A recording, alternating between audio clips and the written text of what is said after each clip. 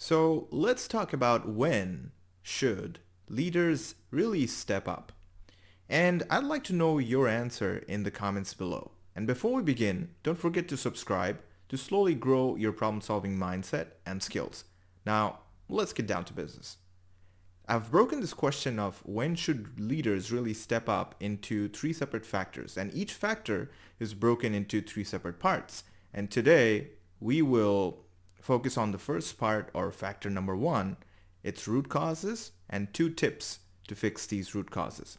And so factor number one is that leaders should always step up during events of high uncertainty or chaos.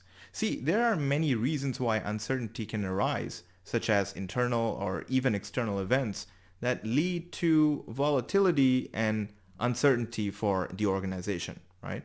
And to understand this better, let's dive into the first root cause, which is the fact that internal uncertainty can occur when the company isn't meeting its targets or struggle to generate enough value, which brings the bigger question of what does the future look like for the company as a whole and how leaders navigate.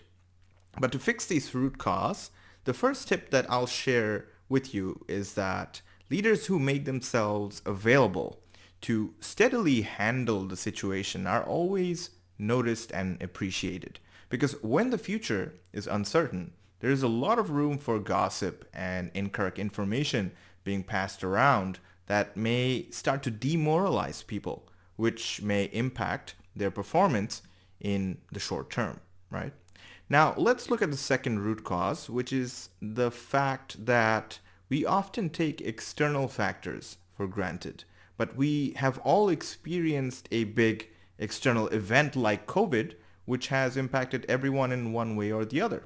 So not anticipating or preparing for contingencies can set companies backwards if an external event were to hit us, right?